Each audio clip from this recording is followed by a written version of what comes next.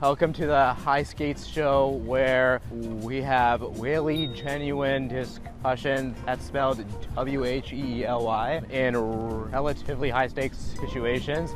I am joined today by the presidential campaign manager for Andrew Yang and the author of the book called Longshot. Yes, sir. Mr.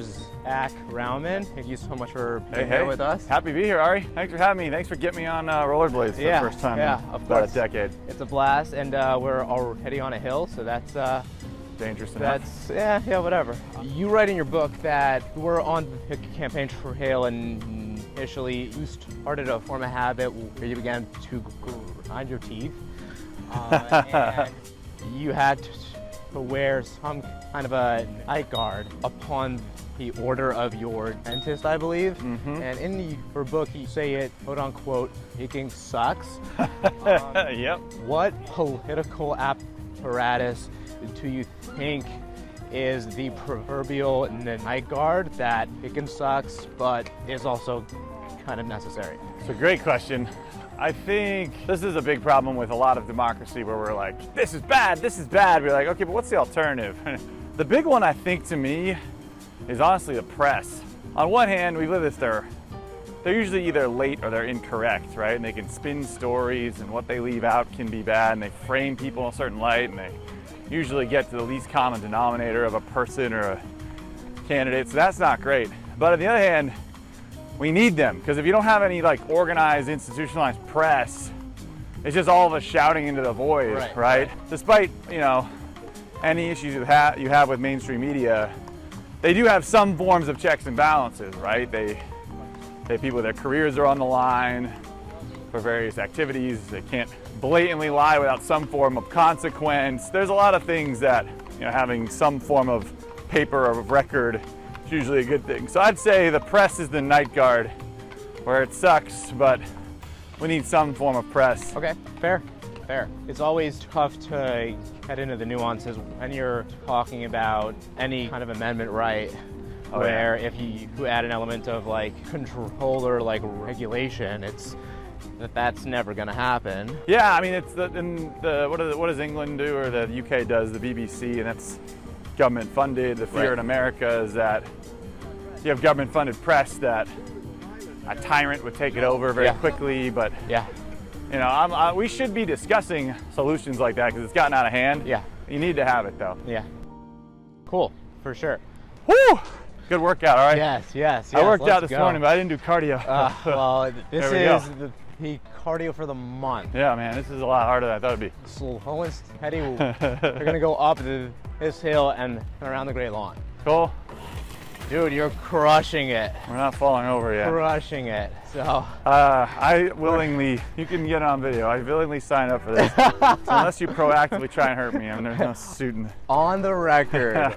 We love it. Let's go to the next question. Sure. This is a good one, I think, at least. You were quoted that you wanted to run the most efficient, scrappy, and innovative campaign in election history.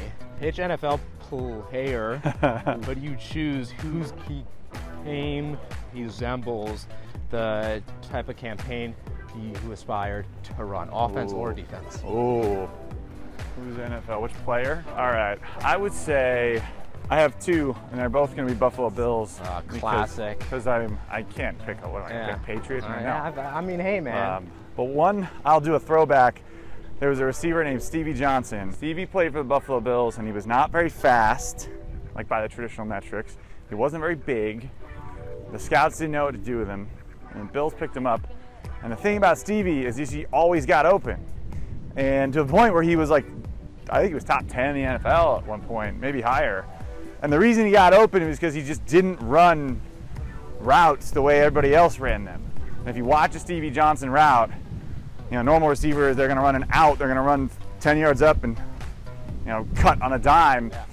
He would go left, right, center, vice, pirouette, but be at the same spot where the receiver would be for a regular out, and he'd be open. So watching him produce was wild. And I loved that because he was like so out of the box, so innovative. chip on the shoulder type. That's I'd say one, and the other one is, it would have to be Josh Allen, but because he's our Lord and Savior in Buffalo. But the other thing about Josh is a lot of people don't particularly know is that no one gave Josh any attention. He had no offers to play at D1 schools when he got out of high school. He sent, I think, like 1,600 emails to every college he could get an email address for, sending him his tape. No one took it, so he went to JUCO, went to junior college, and then 2 years after that, he finally got one offer at Wyoming. So he went to go play in Wyoming. He's from like middle of nowhere, California. Yeah. And then lit it up in Wyoming and was considered, he was the #1 projected quarterback as a sophomore, I think, or whatever his eligibility was, junior. And then he came back because he was still loyal to Wyoming.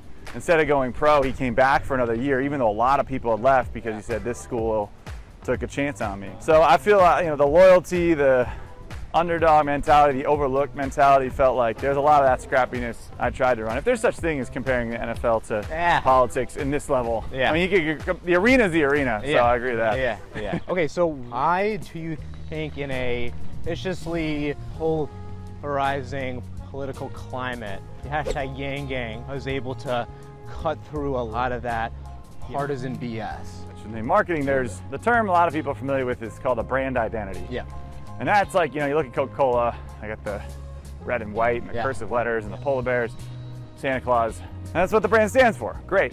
And what we wanted to do is, and I can say this in hindsight, but we ended up doing is creating an identity brand. Right. Where your brand is something your supporters or customers identify with. And they see themselves and feel part of the process. And that's hard. And there's kind of 3 steps to do it. The first one is creating a like us persona, which is simply just putting like what you want your brand to be and putting the phrase like us in front of it. So for Andrew's case, it was like us, you're apolitical, you're an outsider. You like technology, you're a little nerdy, you like math, right? Don't care about wearing a tie. There's a whole bunch of kind of adjectives or terms we use to create like us, this is us, right? And brands do this all the time. If you remember the Mac versus PC commercials, I guess in the early 2000s, were like, I'm a Mac, I'm a PC. That's like definition of a like us persona, right? Like the Mac was cool, be like us. And then the second one is to find your tribe. And one of the things we struggled with was we were trying to make Andrew appealing to the traditional, political establishment.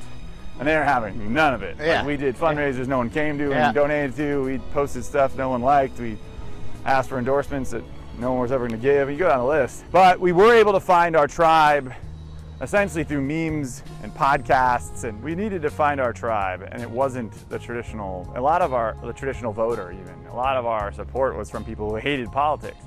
There were articles that were written like, this is the politician for people who hate politics, and that's true. It was branded that way. And I think one number was that 40% of our supporters would not vote if it weren't for our guy. I mean, that's a ridiculous number, considering how popular we got.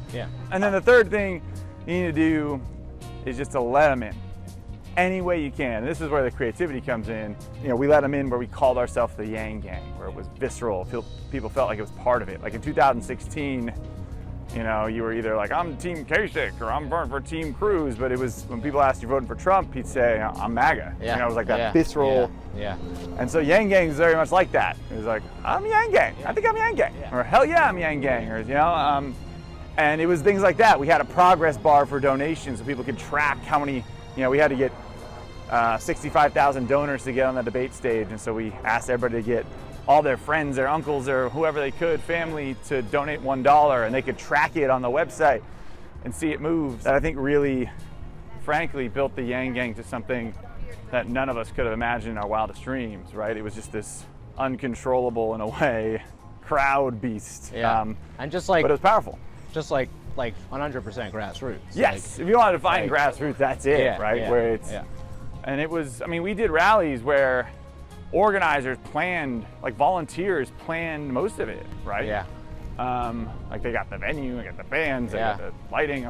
And we had to, because we had, 10 people on staff and whatever it was, right? So that was what was so wholesome and wonderful about it.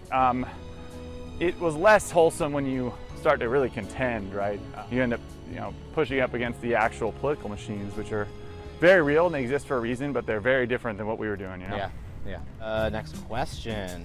Who obviously have a Fifth Amendment right, but being a huge Buffalo Bills fan, did the idea of calling you guys the YangGang have anything to do with being a part of the Bills Mafia? You know, not consciously for sure, because I don't, as much, you know, my staff was not particularly huge sports fans. But I will say this, like, Bills Mafia is a really good example, if you really think about it, of the grassroots becoming mainstream. Where in the beginning, it was legit crazies, right? Where they're so passionate, they're literally lighting themselves on fire and jumping through tables. And they were, I mean, and to be fair, like a little too rowdy, right? And I don't mean that any ill will, Bills Mafia, obviously I love you. But there were times where they were just like, you know, ridiculous. They were getting too drunk, and so, but it was growing, right? Yeah. And they were posting their videos, and the media's somewhat catching on, but they're normally kind of laughing at it and that sort of thing. And then over time, the Bills as an organization kind of adopted it and cleaned it up a little bit and leaned into it, and then the press started leaning into it. And now, I mean, Bills Mafia, they raise money for charities better than any fan base in the NFL. Yeah. And it's Buffalo, it's not New York, right? I mean, they raised, I think, over $1 million for Josh Allen's children's hospital when his grandma passed. Yeah.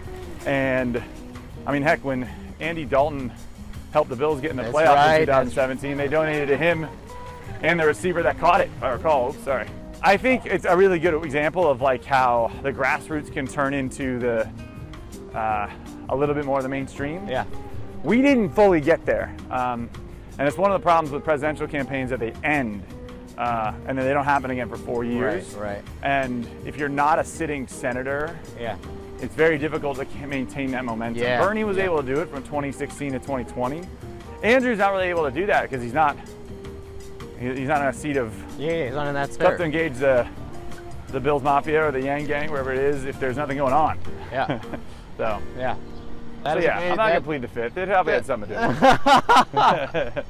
That's great. Do you think that a data-driven political approach is ever able to win in a large election and actually like win over the overall electorate? So there's a couple things. So there's data-driven on policy, which we very, very, very much were, right? And that was like on a core of the campaign. Like we looked at the math, as many studies as you could. We didn't care if they came from the right or left. We use that to inform our decisions, and therefore our talking points and our platforms and things like that. Yeah. But what's overrated, totally overrated, is the use of data and AI to win elections. And I learned this because I was like, we're gonna be, like I said, the most innovative, scrappy, we're gonna use all AI, that's the thing. But the reality is, you're not talking about Facebook converting their ad conversions and their clicks at a higher rate, right? You're not talking about a company hyper-targeting its users to cut its customer acquisition costs by fractions of a penny at scale, right? Yeah. You're talking about 150 million people, 80 or so million on your side, and in Iowa it's 40,000 people, right? Whatever the net math is, depending on the state or the country, pulling a lever one time. You know, it's one realistic, you want to donate, sure, but the reality is you want to vote one time. Right. And so you have to think in bulk. Like it just doesn't, it's not a micro game the way data is. And maybe the tech will be there someday, but right now, you give someone like 5 demographic data points and you generally know where they're voting. What are those? It's like gender, age, education level, race, income level. Like if you give me those 5 things, and if they have a couple that you swap in there, like you're generally gonna know where those people vote. Okay. So that's tough. That's the data stuff is a little bit. Go ahead. Okay, but is the main reason why you were able to accomplish that because those specific groups have their own interests, or is it because politicians exploit those specific struggles that those demographics have in order to pander to that audience? That's a really good question. I think, look, it's a tale as old as time where people are communicating to folks en masse, right? Like you can go back to the revolutionaries and the likes where you're gathering together XYZ class or race to rebel against the parties in power, right? You've been doing that for centuries. I will say it is changing in I think a good way, in the sense that what we're talking about is like political lanes, right? And the press loves talking about lanes. They're going to win the white working class voter, or they're going to win the you know, XYZ lane of this party. One, that makes it easier to tell a story. But the reality is, social media is a major factor in this. So people are changing. We have folks that are super pro climate change, but they're anti-abortion in certain parts of the country. Or you have folks that voted for Obama and voted for Trump, right? You go, there's certain pockets of the United States and certain demos that they're not as cookie cutter as they used to be. Right. And I think that's a miss for the press. I think a lot of the press really misunderstood Andrew. Well, they're like, this is an internet troll. This guy's making a mockery. This guy is not serious. When like, no, the reason he was doing well was because there's a large swath of the country is very disappointed in the way things are going. Yeah. And this guy had a very, very powerful message to a large swath of the United States of America. So I think it's changing for the better. But at the end of the day, it is like back to like the mouth guard thing. Like it is like the job of our press to help us interpret that, and they're not doing that. Right. They are narrative driven. Right. And they're very kind of least common denominator narrative, which is a problem. Right. Oh yeah. Hit a little speed and hold out all your weight in front of you. And yeah, man, you'll be good. Just stay there and don't stand up. If you stand up, you're probably gonna bail.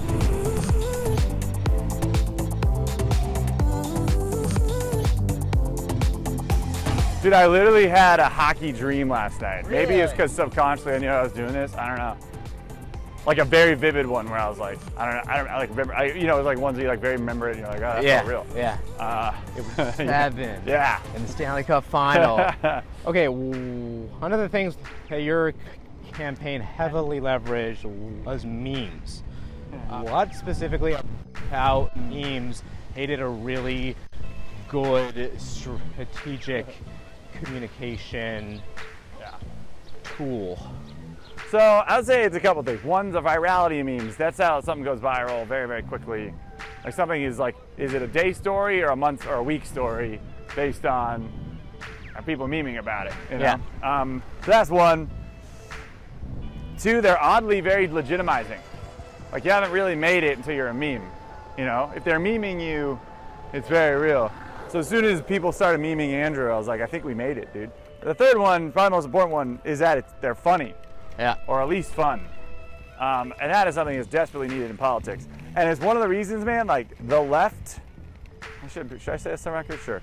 The left can't meme. They're awful at it. Yeah. I mean, nowadays the left doesn't really like comedy as much, but the right is fantastic at memeing. It was one of the things I loved about our campaign was that we did put in some meme energy into the Democratic Party, which was desperately needed. Yeah. But I love them. They share so quickly. That's what you send to your friends. Yeah. Yeah. It's like, oh, I'm able to relate to that. Yep. And it's hilarious. And it actually like is able to like tell us. There's usually a concept or a policy like $1,000 a month, like secure the bag memes. We're very easily on brand. Like he wants to give away $1,000 a month. Yeah. And then if you go one level deeper, you saw that he was serious. Yeah. That was real. You know? We have a little bit of a downhill. Are you comfortable with this right here? Oh yeah. All right, cool. I'm now feeling pretty good. Yeah, good. You want to speed up? Is what you're saying? Yeah. Let's just like stay low and we're good. Yeah, amazing. baby. All right, well, we got to go to the next question now. The concept of populism has come back in style with politicians such as Donald Trump, AOC, Bernie Sanders.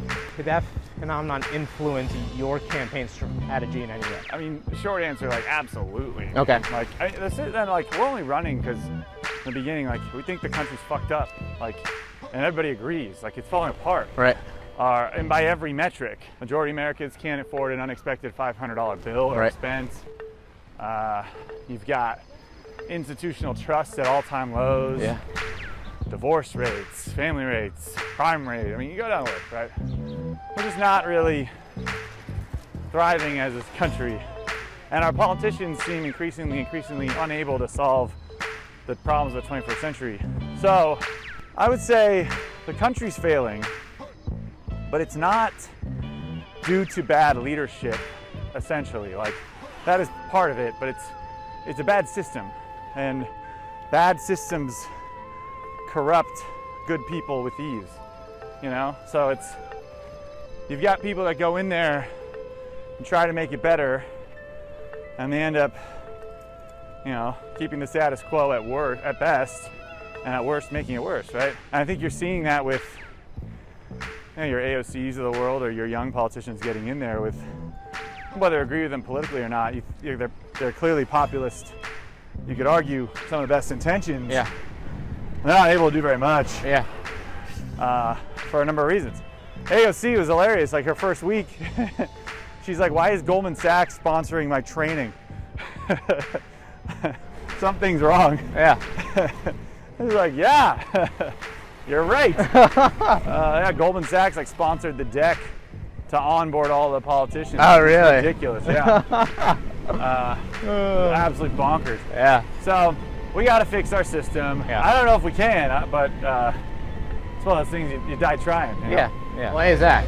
This is fun, man. Thank you so much for Thank you, man. joining the show. Get it. This gives me an element of legitimacy and some great cardio as well. It's a way to win. Cardio, man. I got toes, ankles, heels. What is it? Head, shoulder, knees, and toes, man. Head, shoulder, knees, and toes. What's